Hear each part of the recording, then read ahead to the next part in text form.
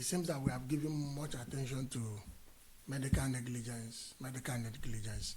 Lawyers will tell you about medical negligence, but they have not bothered to tell us about legal negligence or judicial negligence. They've not told us about it. Everybody, medical negligence.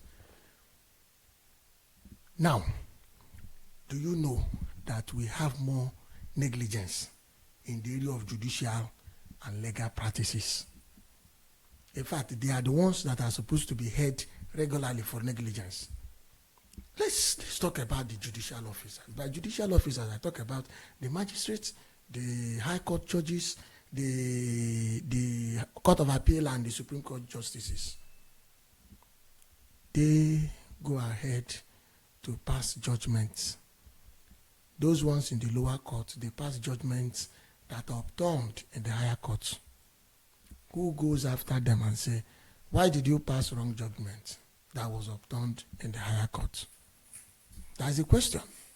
Now they are telling you about medical negligence. If a lawyer comes and negligently advises you to proceed with a case, he knows from beginning that you're not going to win. And not only not winning, that you are going to, the court will give damages against you. The lawyer tells you, go ahead, you have a good case. Because he's interested in the professional fee you pay him, he's interested in the filing fee, he's interested in the appearance fee, and at the end you lose. Who bears the consequences of that particular negligent professional piece of advice? You see, but they are telling you, you have a good case. Let's sue the hospital, let's sue the doctor, let's sue the healthcare professional. Next time they tell you that, tell them this thing I want to tell you. Tell them, if you know I have a good case, my lawyer won't pay you, go on with the matter. At the end, maybe they go give me big money. At the end, make we share them 50-50. The person will take, the person will run away. So, what am I saying? Are you aware that Section 31 of the Criminal Code exonerates the judicial officers from any criminal liability? So, whatever they do in court, even if they pass a judgment that even God and devil will say, no, this thing is wrong, you cannot sue them criminally. The worst you can do is to write to National Judicial Council, who, of course, can look at your petition and throw it off. That is, it lacks merit.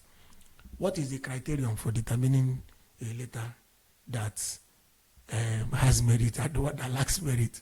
Just like when we were in medical school, there was this examiner. Once you meet him, forget about the exam. You are going to fail. Because when he asks you a question, you answer the things you are supposed to answer.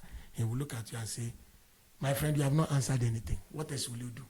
If somebody asks you, who is the president of Nigeria, and you answer it correctly, and he's telling you you've not answered anything, so what else will you do? Will you go and call the president of Cameroon or president of Ghana as president of Nigeria? That is how it is. So, National Judicial Council can tell you that this thing lacks merit, and there's nothing you do. there's nothing you do. That is why Oputa, Justice of the Supreme Court, as it then was, said that even the Supreme Court, they are final, not because they are infallible, but they are infallible because they are final. So what am I trying to say?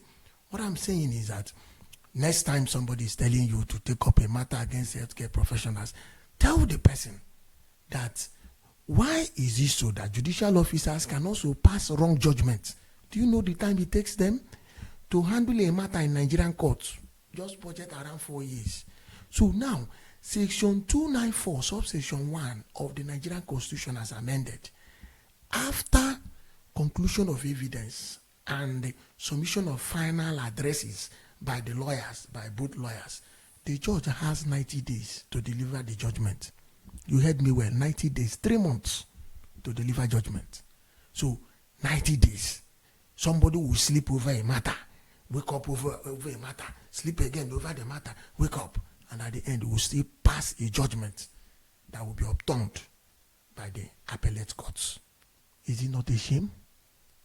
That is the point. But they will tell you about medical negligence, where a doctor has few minutes to take a decision, and when he makes a mistake, maybe he didn't get the main diagnosis, he picks the differential, it becomes medical negligence.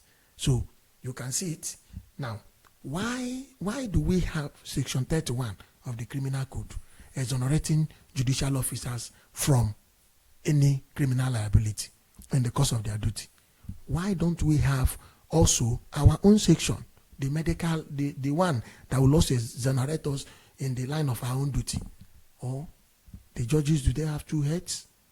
Section 42 of the Nigerian Constitution is clear.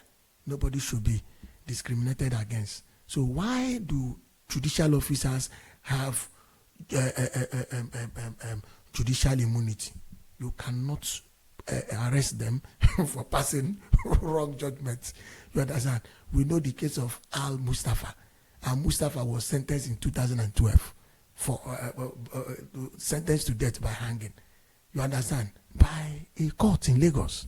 But at the end, what happened? In 2013, the appeal court exonerated him from that, upturned that judgment. So now let us, because somebody I know, somebody in the comment section will say, yes, the difference between this one and lawyers and doctors is that doctors involve life. Who told you that the judicial officers or even the legal matters, the lawyers out there, that's the bar at the bench, that they are not involved in life? Let us assume that Hamza Al Mustafa did not have money to appeal the judgment. Of course, he will be on the death row. It's simple. So what are we talking about? So what is good for the geese? Is it not good for the gander? You have 90 days. After spending 4 years in the matter, that is, after conclusion of evidence in the matter and final addresses, and the submission of final addresses, you have 90 days, according to section 294, subsection 1. 90 days to ruminate over a matter. You still come out and still make a mistake, and nobody talks about that. But the doctor that takes a decision in a minute, in a second, and not even after that, after passing your judgment, you have within 7 days to make it, to give it out. So you can correct the blunders, the grammatical blunders. So you can see how some people are favored, the other ones are not favored. Please let us stop. Let's also focus on judicial. In fact, recently, in some states, you go to DPP, your file will disappear. Let them talk about the disappearance of files in DPP. Some people are in prison languishing. Their files cannot be found. I don't know whether you understand me.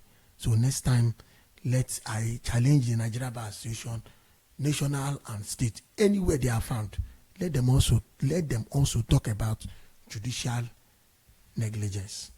Let them talk about professional negligent advice lawyers give to their clients.